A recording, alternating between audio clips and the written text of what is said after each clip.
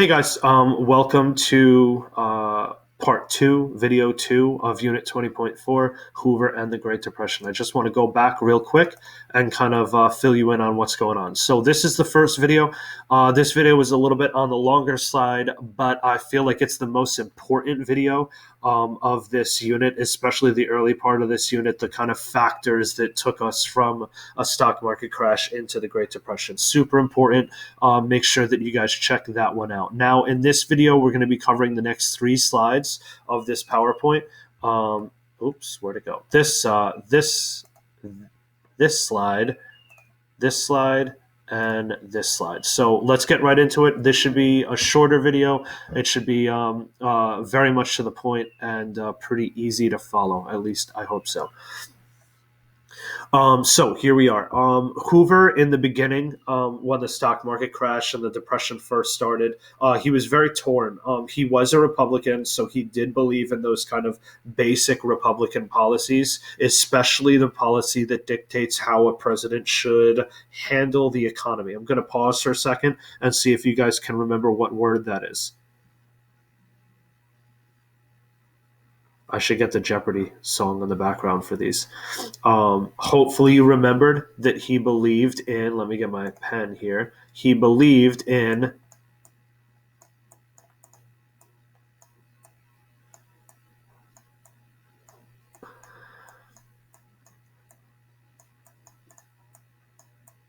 laissez-faire economics. All right. So a part of him did believe in that. He just didn't believe in laissez-faire as fully as his predecessor, Calvin Coolidge, did. So when all this was going on, he was torn, because in one end he did believe in what we call the business cycle, right? And the business cycle is kind of articulated to you guys later on in this slide, and it's also kind of visually shown to you on the next slide.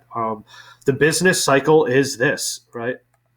It is this. It is one of ebbs and flows, and it goes up and it goes down, and we never really know how high a business cycle is going to go, and we never really know how low a business cycle is going to go and how long that low is going to last. So he did believe in that kind of basic economic principle, and he also knew that the more you interfere with the business cycle, the more trouble that it could cause if you don't do it the right way. So he was very torn on how to handle this depression and this new problem that he was facing. So this right here is that business cycle. So if you look, pretty easy, pretty self-explanatory, right? We've got four phases. We've got recovery, prosperity. All right, this is the kind of balance line, if you will. Anything below this line on an uptick is recovery. Anything above that line is prosperity. Anything above that line that's going down is a recession.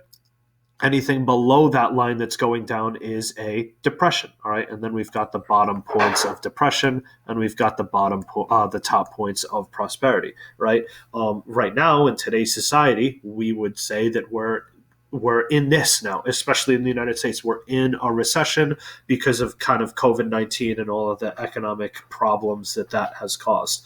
We're not yet in a depression down here.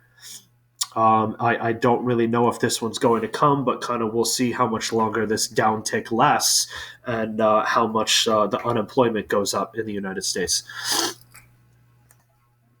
So yeah, that is the business cycle, and this is again kind of what Hoover believed in, and he didn't want to intervene too much to mess up this cycle, but he also believed in his kind of basic principles that this cycle was true and that the economy does go through ebbs and flows and it would eventually correct itself. What in the world just happened? We are trying to click. There we go. All right, so these two things are kind of ideas. They're policies, or not even policies. They're just ideas that Hoover had as America was in the Depression. Again, he didn't want to overstep, and he didn't want to make a mistake and cause the economy to become worse because he made a wrong move. So there are going to be kind of two things that he's going to preach to the American public. One is that of volunteerism. He truly believed that Americans needed to band together, and if you were better off, you needed to volunteer your time, your money, your food, kind of whatever that you could to people that were suffering. So that's what this idea. Oh boy, what have I done? That's what this idea of volunteerism really means. All right, that again, people needed to volunteer their time.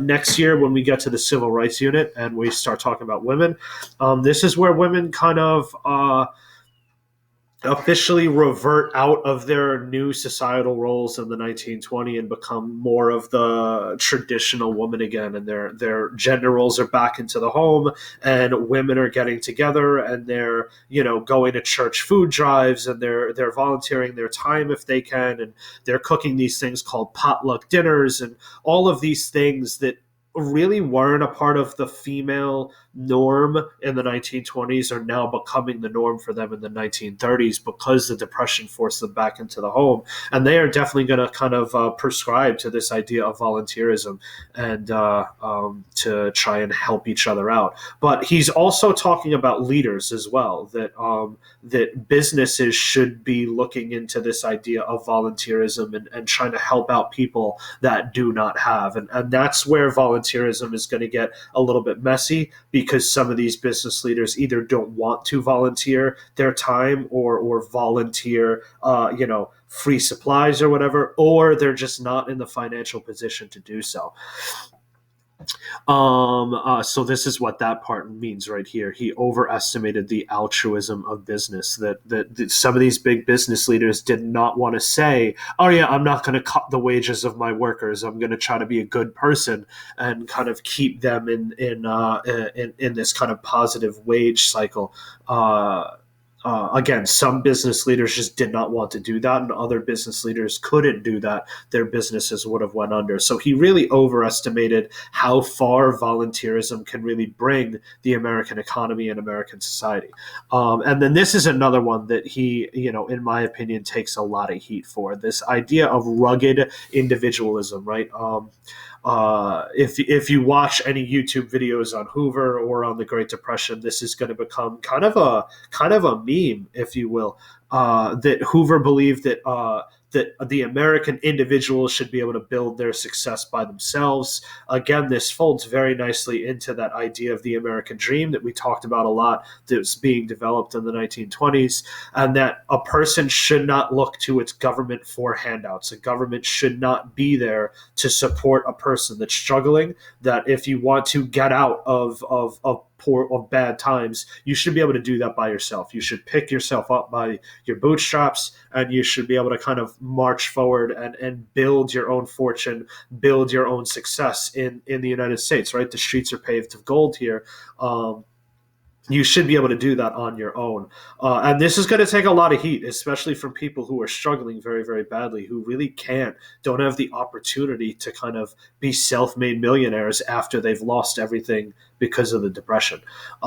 So again, this idea of rugged individualism might be a good idea at its core, that people shouldn't have to rely on their government to pick them up out of holes when they're struggling. That's something that's still debated upon today.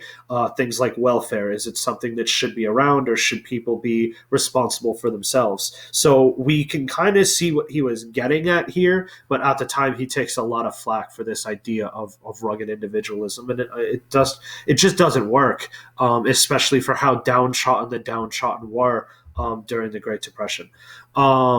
These things, these ideas, and how bad it got is really going to affect this right here.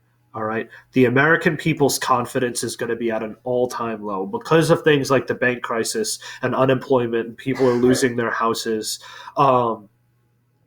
Their confidence in not only the system that failed them, but also now the American government of picking them up out of the hole is going to collapse. All right. And I want you to remember that word confidence, because when FDR comes to the plate later on, he knows that the American people's confidence is shattered. And one of his main responsibilities is to restore their confidence in the system and in the government, that the government will be there to help them out.